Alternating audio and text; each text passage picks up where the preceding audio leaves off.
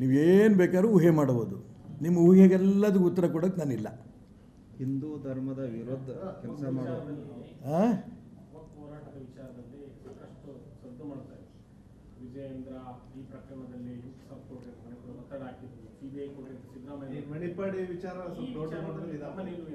ಯಾವ ರೀತಿ ಕಮೆಂಟ್ ಮಾಡಕ್ಕೆ ಬಯಸ್ತಾರೆ? ಇದು ಬ್ರಿಗೇಡಿನ ಅಭಿಪ್ರಾಯ ಅಲ್ಲ. ಇದು ಕೇಳಿದಕ್ಕೋಸ್ಕರ ನಾನು ವೈಯಕ್ತಿಕ ಅಭಿಪ್ರಾಯ ಹೇಳ್ತಾ ಇದ್ದೀನಿ. ಯಾಕೆಂದರೆ ಬ್ರಿಗೇಡದಲ್ಲ ಇದು. ಮತ್ತೆ ಹೇಳ್ತೀನಿ ನಾನು 10 ಸರಿ ಮತ್ತೆ ಅದನ್ನು ಇಲ್ಲಿ ಪಾಪ ಸಾಧು ಸಂತರನ್ನ ಇಟ್ಕೊಂಡು ನಾನೇನೋ ಹೇಳ್ತೀನಿ ಅಂತ ಆಗಬಾರ್ದು. ಒಂದು ತುಂಬ ಸ್ಪಷ್ಟ, ಇವತ್ತು ಕರ್ನಾಟಕ ರಾಜ್ಯದ ಮುಖ್ಯಮಂತ್ರಿಗಳ ಮೇಲೆ ಗುರುತರ ಆಪಾದನೆಗಳು ಬಂದಿದೆ. ಮೂಡಾದಿರ್ಬೋದು, ವಾಲ್ಮೀಕಿ ಪ್ರಕರಣದಿರ್ಬೋದು, ಸರ್ಕಾರದ ಮೇಲೆ ಅನೇಕ ಆಪಾದನೆಗಳು ಬಂದಿದೆ. ಅನ್ವರ್ ಮಾಲಪ್ಪಾಡಿಯವರು ವಕ್ತ್ ಪ್ರಾಪರ್ಟಿ ಬಗ್ಗೆ ಆವಾಗ ಒಂದು ಸಮಿತಿ ಸರ್ಕಾರ ಮಾಡಿತ್ತು. ಆ ಸರ್ಕಾರ ಮಾಡಿದಂಥ ಸಂದರ್ಭದಲ್ಲಿ ಆ ಒಂದು ರಿಪೋರ್ಟ್ ಹಾಗೇ ಉಳಿದಿತ್ತು. ನನಗೆ ಸುದ್ದಿ ಬಂದಂಥ ಪ್ರಕಾರದಲ್ಲಿ ಅದರಲ್ಲಿ ಅನೇಕ ಕಾಂಗ್ರೆಸ್ ನಾಯಕರದು ಕೋಟ್ಯಾಂತರ ರೂಪಾಯಿ ಅವ್ಯವಹಾರ ಅವ್ರ ಕೈಯಲ್ಲಿ ನಡೆದಿದೆ.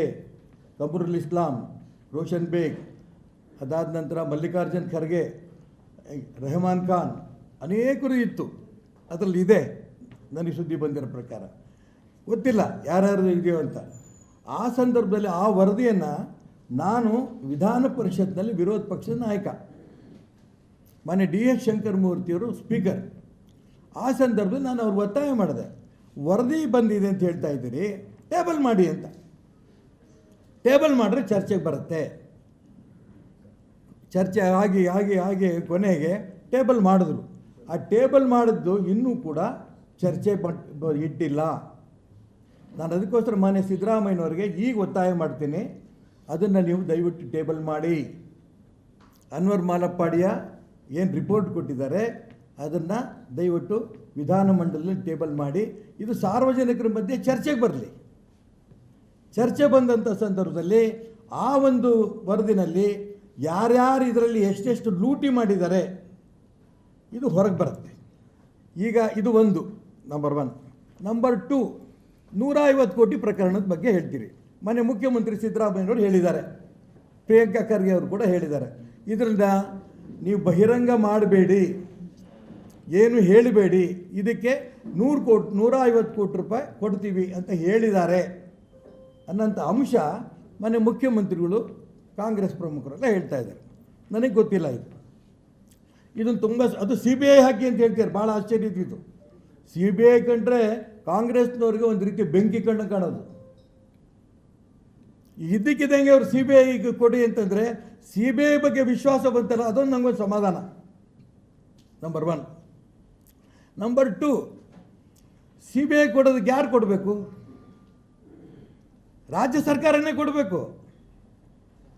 ಕೇಂದ್ರ ಸರ್ಕಾರಕ್ಕೆ CBI ಕೊಡಿ ಅಂತ ಹೇಳ್ತಾ ಇರೋದು ಮಂತ್ರಿಗಳು ನಂಗೆ ಆಶ್ಚರ್ಯ ಆಗುತ್ತೆ. ಏನು ವಿಜೇಂದ್ರ ಕೊಡ್ತಾರೆ CBIಗೆ? ಯಡಿಯೂರಪ್ಪನವ್ರು ಕೊಡ್ತಾರೆ CBIಗೆ? BJP ಕೊಡ್ತಾರೆ CBIಗೆ? CBI ಕೊಡಬೇಕಾದಂಥ ಕೆಲಸ ರಾಜ್ಯ ಸರ್ಕಾರದ್ದು. ಇವ್ರು ಯಾರು ಕೈ ಕಟ್ಟಾಕಿದ್ದಾರೆ CBI 150 ಕೋಟಿ ಕೊಟ್ಟಿದ್ದಾರೋ ಇಲ್ಲೋ ಅಂತ ಹೇಳೋದಕ್ಕೆ? ಈ ಮಧ್ಯೆ ಅನ್ವರ್ ಮಾಲಪ್ಪಾಡಿ ಒಂದು ಹೇಳಿಕೆ ಕೊಟ್ಟರು, ನಾನು ಆ ರೀತಿ ಹೇಳಿಲ್ಲ ಅಂತ ನೆನ್ನೆ ಪತ್ರಿಕೆಯಲ್ಲಿ. ಇವತ್ತು ಪತ್ರಿಕೆ ನೋಡಿದ್ರೆ ನನಗೆ ಅದು ಗೊತ್ತಿಲ್ಲ, ನನಗೆ ನೆನಪಿಲ್ಲ ಅಂತ ಹೇಳಿದ್ದಾರೆ ಅವರು. ನಾನು ಅದಕ್ಕೋಸ್ಕರ ಯಾರ ಪರ ಮಾತಾಡ್ತಿಲ್ಲ. ಇದು 150 ಕೋಟಿ ಪ್ರಕರಣ ಅಂತ ಆದಾಗ ಇದು ನಿಜಕ್ಕೂ ಕೂಡ ಇದು ಆಘಾತಕಾರಿ ಸುದ್ದಿ. ಈ ಆಘಾತಕಾರಿ ಸುದ್ದಿನ ರಾಜ್ಯದ ಜನರ ಮುಂದೆ ಮುಖ್ಯಮಂತ್ರಿಗಳು ಇಟ್ಟು ತಮ್ಮ ಮೂಢ ಹಗರಣವನ್ನು ಮುಚ್ಚಿಡದ ಪ್ರಯತ್ನ ಮಾಡ್ತಿದ್ದಾರಾ ಅನ್ನೋಂಥ ಒಂದು ಅನುಮಾನ ಬರುತ್ತೆ. ನಿಮ್ಮ ಕೈಯಲ್ಲೇ ಸರ್ಕಾರ ಇದೆ, ನೀವೇ ಇವತ್ತು ಆಪಾದನೆ ಮಾಡ್ತಾ ಇದ್ದೀರಿ.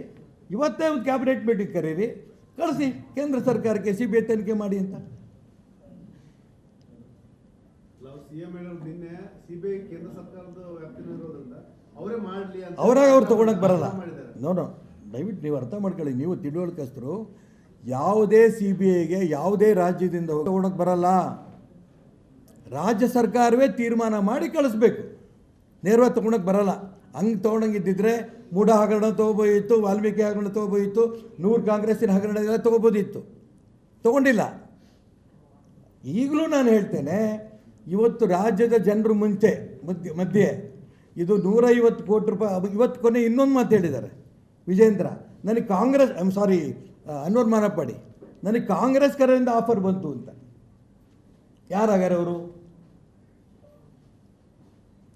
ಇದು ವಕ್ತ್ ಪ್ರಾಪರ್ಟಿ ಏನಿದೆಯಲ್ಲ, ವಕ್ತ್ ಕಾಯ್ದೆ ಇದೆಯಲ್ಲ, ಈ ವಕ್ತ್ ಕಾಯ್ದೆ ಜಾರಿ ಬರೋ ತನಕನೂ ಕೂಡ ಕರ್ನಾಟಕ ರಾಜ್ಯದ ಸಾವಿರಾರು ಕೋಟಿ ಲೂಟಿಯಾಗಿದೆ. ಯಾರ್ಯಾರು ಲೂಟಿ ಮಾಡಿದ್ದಾರೆ, ಏನು ಕತೆ ಅನ್ನೋದು ಇದೆಯಲ್ಲ. ಅಕಸ್ಮಾತ್ ಮುಖ್ಯಮಂತ್ರಿಗಳ ಮಾತು ಸತ್ಯ ಆಗಿದ್ದರೆ, ವಿಜೇಂದ್ರ 150 ಕೋಟಿ ರೂಪಾಯಿ ಆಫರ್ ಮಾಡೋಕ್ಕೆ ಹೋಗಿದ್ದರೆ, ಭಾರತೀಯ ಜನತಾ ಪಾರ್ಟಿಯವರು ಯಾರೋ ಒಂದಿಷ್ಟು ಜನ ಮಾಡಿರ್ಬೇಕಾಗಾದ್ರೆ, ನನಗೆ ಗೊತ್ತಿಲ್ಲ. ನಾನ್ಯಾಕೆ ಹೇಳಕ್ಕೆ ಕೊಟ್ಟಿದ್ದೀನಿ ಅಂದರೆ, ನಿಜಕ್ಕೂ ಮುಖ್ಯಮಂತ್ರಿಗಳು ತಮ್ಮ ಮೇಲೆ ಬಂದಿರೋಂಥ ಆಪಾದನೆಯನ್ನು ತಪ್ಪಿಸ್ಕೊಳ್ಳೋಕ್ಕೋಸ್ಕರ ಈ 150 ಕೋಟಿ ರೂಪಾಯಿ ಆಫರ್ ಮಾಡೋಕ್ಕೆ ವಿಜೇಂದ್ರ ಹೋಗಿದ್ದ ಅಂತ ಹೇಳಿದ ಅಕ್ಷಮ್ಯ ಅಪರಾಧ ಆಗೈತೆ ಸುಳ್ಳಾದರೆ. ಅದಕ್ಕೋಸ್ಕರ CBI ತನಿಖೆಗೆ ಹಾಕಿದ್ರೆ ಮಾತ್ರ ಇದು ಬಹಿರಂಗ ಆಗತ್ತೆ. ಇಲ್ಲ ಅಂತಂದರೆ ಇದೇನಾಗುತ್ತೆ, ಇವತ್ತು ಇಡೀ ಕರ್ನಾಟಕ ರಾಜ್ಯ ಜನಕ್ಕೇ ಯಾರು ನಂಬಬೇಕು ಯಾರು ನಂಬಾರ್ದು ಅನ್ನೋಂಥ ಅನುಮಾನಕ್ಕೆ ಬರುತ್ತೆ.